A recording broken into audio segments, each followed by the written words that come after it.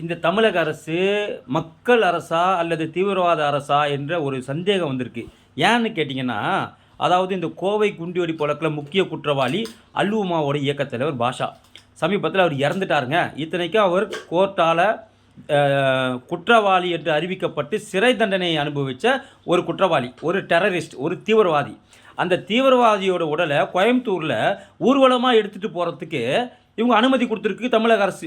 அப்போ இந்த கேள்வி வருமா வராதா? ஏன் நான் கேட்குறேன்னா, அவர் என்ன தியாகியா? அவர் என்ன காந்தியா? அவர் என்ன சுபாஷ் சந்திர போஸா? அவர் இறந்ததுக்கு அவர் உடலை வந்துட்டு நீ ஊர்வலமாக எடுத்துகிட்டு போகிறதுக்கு? அவர் ஒரு தீவிரவாதி. 56 பேரை குண்டு வைத்து கொலை செய்த ஒரு பயங்கரவாதி. அந்த பயங்கரவாதிக்கு ஊர்வலம் ஒரு கேடா?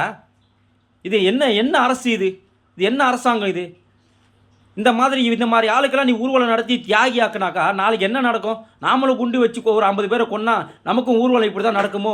நம்மளே தியாகி ஆக்கிறோம் அந்த அரசுன்ற எண்ணம் வராதா? மதக்கலவரம் வராதா? இதெல்லாம் கூட புரியாத அரசு ஒரு அரசா? இந்த ஊர்வலம் இப்போ தேவையா? அமைதியாக இருக்கக்கூடிய கோயம்புத்தூரை இன்னைக்கு கலவர பூமியாக மாற்ற துடிக்கிறது இந்த அரசு. இதுதான் மக்கள் பேசி கொண்டிருக்கிறாங்க. தயவு செஞ்சு அந்த ஊர்வலத்துக்கு தடை விதிக்கணும்.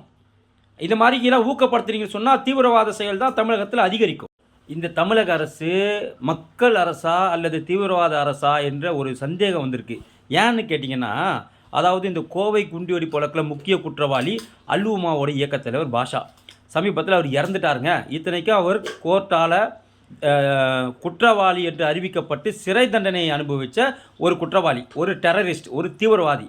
அந்த தீவிரவாதியோட உடலை கோயம்புத்தூரில் ஊர்வலமாக எடுத்துகிட்டு போகிறதுக்கு இவங்க அனுமதி கொடுத்துருக்கு தமிழக அரசு. அப்போ இந்த கேள்வி வருமா வராதா? ஏன் நான் கேட்குறேன்னா, அவர் என்ன தியாகியா? அவர் என்ன காந்தியா? அவர் என்ன சுபாஷ் சந்திர போஸா? அவர் இறந்ததுக்கு அவர் உடலை வந்துட்டு நீ ஊர்வலமாக எடுத்துகிட்டு போகிறதுக்கு? அவர் ஒரு தீவிரவாதி. 56 பேரை குண்டு வைத்து கொலை செய்த ஒரு பயங்கரவாதி. அந்த பயங்கரவாதிக்கு ஊர்வலம் ஒரு கேடா? இது என்ன அரசு? இது என்ன அரசாங்கம் இது? இந்த மாதிரி ஆளுக்கெல்லாம் நீ ஊர்வலம் நடத்தி தியாகி ஆக்குனாக்கா நாளைக்கு என்ன நடக்கும்? நாமளும் குண்டு வச்சு ஒரு 50 பேரை கொன்னா நமக்கும் ஊர்வலம் இப்படி தான் நடக்குமோ? நம்மளே தியாகி ஆக்கிறோம் அந்த அரசுன்ற எண்ணம் வராதா? மதக்கலவரம் வராதா? இதெல்லாம் கூட புரியாத அரசு ஒரு அரசா? இந்த ஊர்வலம் இப்போ தேவையா?